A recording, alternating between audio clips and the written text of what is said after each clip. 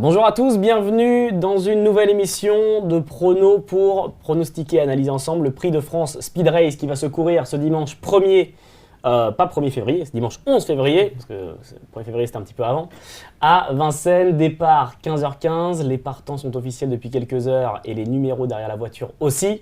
Avec moi aujourd'hui, mes deux experts dont vous avez l'habitude d'avoir les pronostics, Alexis et Kevin, ça va messieurs?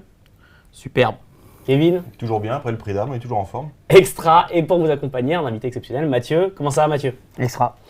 Très heureux de pouvoir analyser ce quintet ensemble. Alors, on va parler évidemment, on va rentrer dans le vif du sujet des partants. On a pu t'apercevoir Mathieu dans le format de nuit avec Florian Gauthier, qu'on salue. Et on a pu voir qu'il s'était couché bien fatigué après une petite soirée avec Léa Brivard et une petite fin de repas un petit peu, voilà. Est-ce que du coup, samedi soir avant le Prix de France, c'est le programme, une bonne bouffe, une petite poire et du Céline Dion à fond la caisse? La petite poire, peut-être pas. Une bonne bouffe, oui. Céline Dion, ouais. Non, bah, peut-être. C'est un demi-sang quand même. Hein, Donc, ouais. Mathieu sera associé à Vivid Waisas ce dimanche. Il a tiré le numéro 4 derrière la voiture. On pouvait difficilement avoir un meilleur numéro. Qu'est-ce que tu en attends dimanche? Bah bien, ouais, c'est vrai que je suis content. Le 4, c'est top. L'année dernière, déjà, on avait ce numéro-là. Et le parcours avait été fluide. Donc voilà, j'étais un petit peu inquiet avant le coup. Le cheval est bien. L'autre jour, il court super bien dans le Prix d'âme. Là, c'est sa course. Hein. Second l'année dernière. On a gagné il y a 2 ans. Donc voilà, je pense qu'il est vraiment à son bon niveau et avec un vrai bon numéro. Donc on peut être que confiant.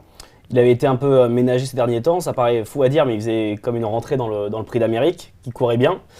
Si on regarde son palmarès, Prix de France, Prix de l'Atlantique, Grand Critérium de vitesse, Prix René Ballière, que des parcours de vitesse. Dimanche, c'est son parcours préféré. Bah ouais, depuis son plus jeune âge, hein, il est habitué à partir derrière l'Autostar et à courir sur ce genre de parcours. Donc voilà, il a été formaté vraiment sur les parcours de vitesse. C'est un cheval qui s'adapte à tout au final, mais c'est vrai que sur les parcours de vitesse, c'est là où il a les meilleurs refs. Alors là, pour lui, c'est sa course du meeting. Spécialiste des courses de vitesse, messieurs, Kevin, Vivid Waisas, on peut forcément attendre une grosse performance dimanche. Ce qui est dingue, c'est qu'il a 10 ans. Il est en passe de lutter pour les premières places d'un groupe 1. Il l'a fait quasiment à chaque saison. Je crois qu'il a gagné groupe 1 à 2 ans, le Grand Critérium en Italie. Il est encore là à 10 ans à lutter dans les groupes 1. C'est un lion, c'est un cheval qui force le respect. On a besoin de ces chevaux-là. On le connaît depuis longtemps et on s'y attache. Alors évidemment, il y a Mathieu dans le sulky, on l'aime encore un peu plus parce que c'est un cheval italien. Mais il force le respect, ce Vivid, et on est content d'avoir des chevaux qui durent comme ça au fil des saisons. Puis toujours dans un état magnifique, il a un moral d'acier. Pourtant, il a été en Italie, il a été aux États-Unis, il a été en Suède. Il a fait tous les voyages. Et non, c'est top, c'est top. Alexis, Vivid? Bah, c'est forcément un cheval qu'on apprécie. En plus, c'est pas vraiment un cheval qui fait que le meeting d'hiver. Hein, et on a l'occasion de le suivre en général tout au long de l'année. Mathieu a gagné aux États-Unis et il nous a fait un peu rêver. Hein. C'est pas facile d'aller gagner là-bas. Hein. Faut que tout se passe bien et Mathieu l'a fait merveilleusement bien.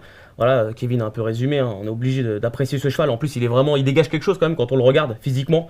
Et puis là, vraiment, il a vraiment une belle carte à jouer. J'ai revu tout à l'heure le Prix d'Amérique. Il a fait une superbe course. Gentil en plus, comme l'a dit Mathieu, c'est plus son Prix d'Amérique, c'est plus le Prix de France pour Vivid. Hein. Il excelle sur 2100. Voilà, le numéro est bon.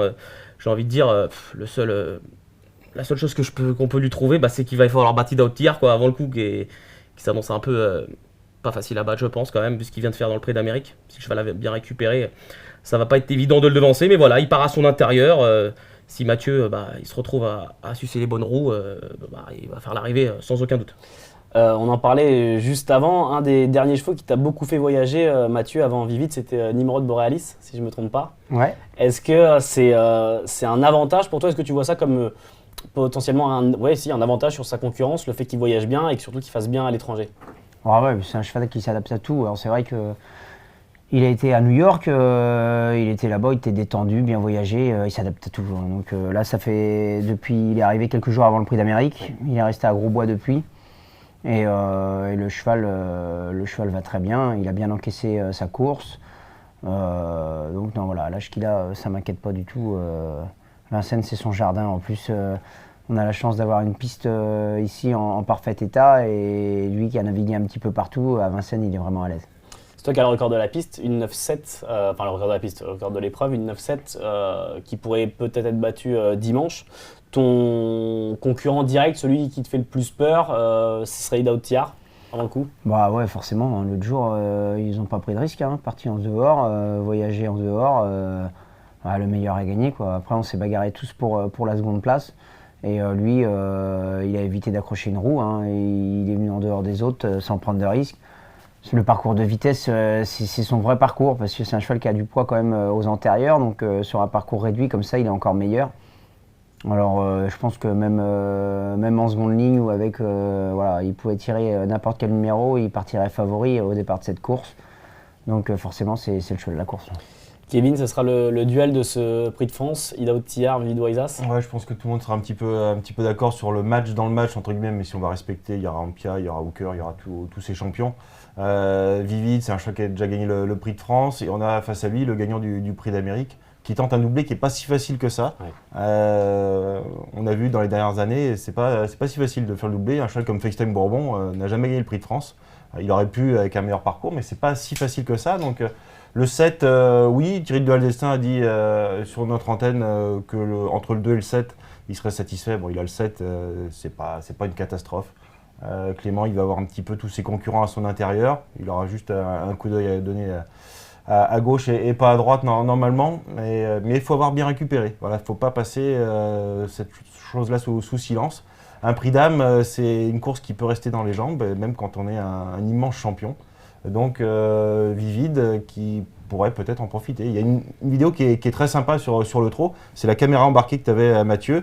Et on voit Vivid qui se faufile, Mathieu il fait un coup à droite, un coup à gauche, et on aperçoit au bout de la vidéo Idaho Tiar qui était finalement pas si loin. Et c'est une vidéo très sympa et ça donne de l'espoir pour Vivid. Il est vraiment très très bien fini ce jour-là. Vivid, Idaho, mais derrière il y en a quand même 16 autres. Alexis, qui on peut voir figurer assez haut dans ce quintet? Forcément, on a tous vu la ligne droite de Gone Boy. Voilà, Hervé Matou n'a pas été tendre avec Romain Derieux puisqu'il lui a donné le numéro 18. Le cheval est de nouveau quand même déféré des 4 pieds, voir la tactique que Romain Derieux va employer. Un peu en amont, on peut se dire qu'il va certainement reprendre et subir ce qu'il a fait dans le Prix d'Amérique. Mais voilà, est-ce que ça va coller dans ce Prix de France? Voilà, ça va rouler. On l'a vu dans l'épreuve qualificative au Prix d'Amérique, les gros numéros à l'extérieur avaient fait l'arrivée, mais le scénario de course avait été différent. Il y avait un cheval qui avait un peu arrêté le wagon de 2. Donc les chevaux à l'extérieur en avaient profité. Là, est-ce que ça va se passer? À voir. Avant le coup, c'est une mission vraiment très compliquée, mais pas impossible. C'est un cheval qui a gros de vitesse. J'aime bien sa candidature au Caïdo Gel aussi, qui revient certainement aussi sur son parcours de prédilection. Pas été gâté non plus par le numéro. Pas gâté non plus, mais il a gagné le René Balière quand même. Il a fait une grosse perce ce jour-là, il battait Onek. Idaho Tiar s'était montré fautif dans les derniers mètres. Donc il avait pu vaincre dans cette épreuve, voilà. Et après il y a pas mal de possibilités aussi. On peut voir avec des numéros un peu plus à l'intérieur, Inma Rosa qui va certainement subir, mais la jument va suivre tous les trains. Tout dépend de voir comment Hooker Very va démarrer. Orsi Dream, c'est un peu l'X de la course, on l'a pas trop vu, il a eu des petits soucis. En tout cas pour le coup, lui il a hérité d'un excellent numéro derrière Elmery qui va certainement démarrer. Donc ça risque les 300-400 premiers mètres vont être vraiment très intéressants. Et à mon avis, c'est ça qui va faire le résultat de la course. Jument avec qui tu as terminé deuxième, Mathieu, dans le Prix de Bourgogne, c'est Emeraude de B, qui va être associé à Romain Bouvier dans ce Prix de France, qui va être dans le dos d'Ampia DSM. Toi qui l'as drivé, est-ce que tu penses que ce type de parcours, elle peut faire quelque chose? Elle finissait très bien dans le Prix d'Amérique. Est-ce que tu penses qu'elle peut prétendre à quelque chose dans ce Prix de France? C'est vrai que nous, dans le Bourgogne, on boudait un peu, hein, parce qu'on avait un seul numéro en seconde ligne. Et puis ça s'était bien mis, donc... les chevaux derrière Ampia DSM, elle est bien, hein. Elle a juste à suivre, à pas décoller le dos à Franck et puis elle se retrouve pas si mal que ça, quoi. Il va falloir éviter certains chevaux qui n'ont pas trop de chance et puis bien coller le casque à Ampia DSM et sur le parcours, la jument à Franck, elle va l'emmener très très loin. Donc dans le Prix d'Amérique, elle n'a pas pris dur non plus, elle arrive avec de la fraîcheur.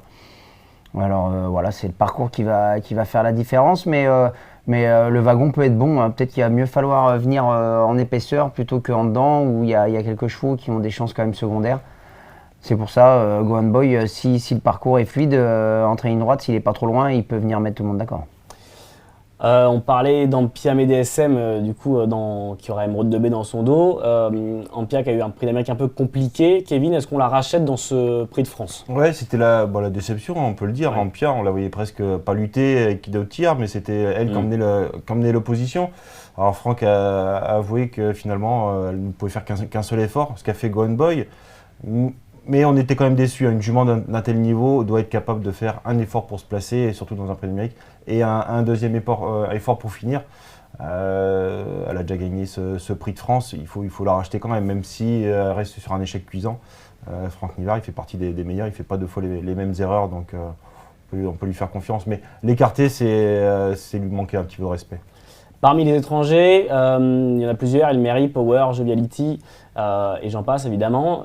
Est-ce qu'on peut avoir justement, je vais prendre le cas d'Elmery avec Eric Raffin, qui était aussi dans le prix d'Amérique, qui a hérité d'un numéro plutôt bien, hein, le numéro 2. Est-ce que ça peut être une des surprises à l'arrivée de ce quintet? Une surprise, je ne vais pas dire un peu une grosse surprise, mais est-ce que ça peut être dans les 5? Tout le monde voulait un petit peu le 2, hein. Mathieu a participé au tirage au sort, il était un peu fébrile, moi avec le 4 il s'en tire bien, mais le 2 c'est un petit peu le numéro que tout le monde voulait.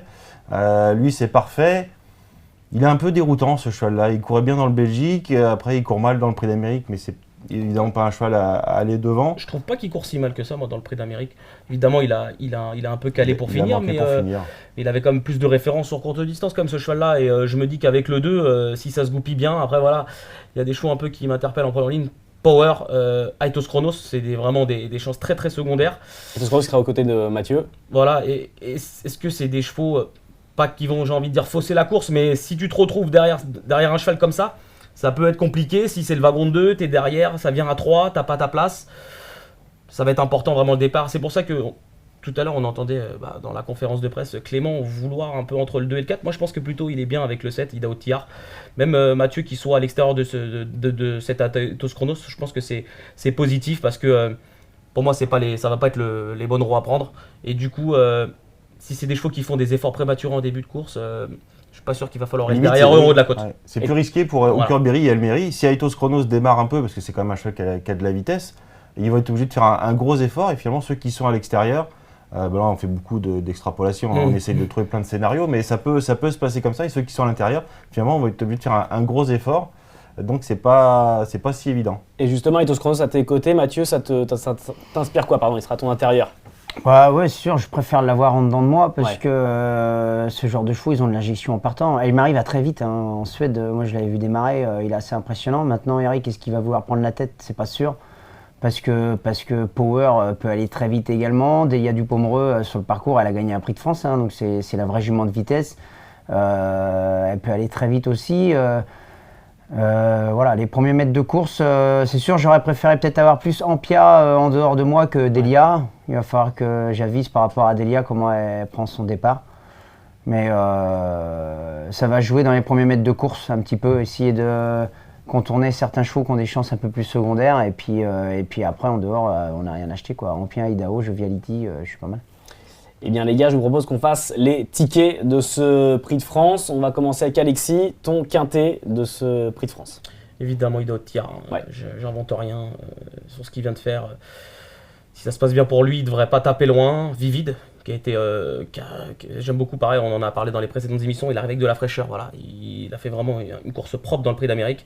Il revient sur son parcours de prédilection, le numéro est bon. Voilà, Mathieu, il a gagné cette course, donc au niveau expérience, il n'y a pas de problème. J'ai envie de glisser Elmery, que je vais racheter. Il m'a plutôt bien plu quand même dans le prix d'Amérique, hein. Il a pris vite la tête, il a fait un effort. C'est lui qui a mené bon train la course. Il a logiquement demandé à plafonner pour finir. On l'a vu dans le prix d'Amérique, hein. Aller au bout en allant de l'avant, c'est jamais trop évident. Il n'y a que des très très grands champions qui l'ont fait. Donc je vais racheter Elmery qui peut se sortir de ce numéro 2. Ensuite, je vais aller sur Ampia, que je vais racheter quand même. Même comme s'il a dit Kevin, elle nous a un peu déçus. Après, elle a fait un effort prématuré quand même en descendant, elle était à 3. Bon, après, elle avait le dos d'Idaho, mais bon, voilà. Idaho, on le sait qu'en classe pure, c'est un ton au-dessus. Et puis après, ça fait 4. Je vais aller en seconde ligne. Je vais prendre le risque de mettre Gone Boy le 18 quand même. Voilà, il mérite le plus grand respect sur ce qu'il vient de faire. Si ça se passe bien, il a sa place à l'arrivée. Et pareil pour Ido Giel, le 17. Voilà, faut que ça se déroule bien pour ces chevaux-là. Ça va pas être évident, mais il va falloir que leur pilote soit très inspiré. Kevin. Idaho, évidemment, même si il faudra avoir bien récupéré de ses efforts, le numéro 4 Vivid, on attend le match. Ampia que je rachète le numéro 6. Ou Kerberry, je pense que là c'est un bon numéro en pensant que le wagon de la corde sera meilleur que celui de l'extérieur. Elmery aussi en 5e position, je le rachète à cause du numéro. Et Gone Boy, le lot il est excellent, hein, le plateau du Prix de France, mais il est pas meilleur que dans le Prix d'Amérique. Donc sur ce qu'il a fait ce jour-là, il doit être encore dans le quintet. Mais on a vraiment un super plateau et on n'a pas mis Joviality qui était à l'arrivée, le 9. Et Hokkaido Giel le 17, donc c'est dire que les numéros ont une extrême importance dans ce genre d'épreuve. Mais on faisait le scénario un petit peu tout à l'heure du début de course, ça promet la folie, ça va aller très vite, et on parlait du record, et il y a beaucoup de partants, beaucoup de champions, donc ça peut tomber dimanche. Mathieu, est-ce qu'on peut te demander ton top 3 de ce Prix de France? Idaho, Ouais. Idaho forcément. Après, Vivid, mon cheval est top, le numéro est très bon. Et puis après, j'hésitais entre Ampia et Go On Boy, parce que Ampia, l'autre jour, peut-être qu'elle manquait d'un vrai bon parcours. Elle a fait une vraie course. Si elle a rebondi sur cette course-là, elle va pas taper loin, hein. Ça reste une super jument, elle aime le parcours. Donc je l'ai mis devant Go On Boy, parce qu'il a le 18 malheureusement, mais c'est la grosse note la dernière fois. Donc mon top 3, c'est ça.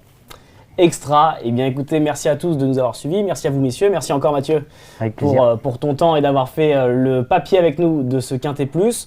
On se retrouve pour le Prix de Paris Marathon Race dans 2 semaines. D'ici là, très bon week-end de course à Vincennes. Départ 15h15, on vous le rappelle. Prix de France Speed Race. Et on se dit à très vite. Ciao, ciao.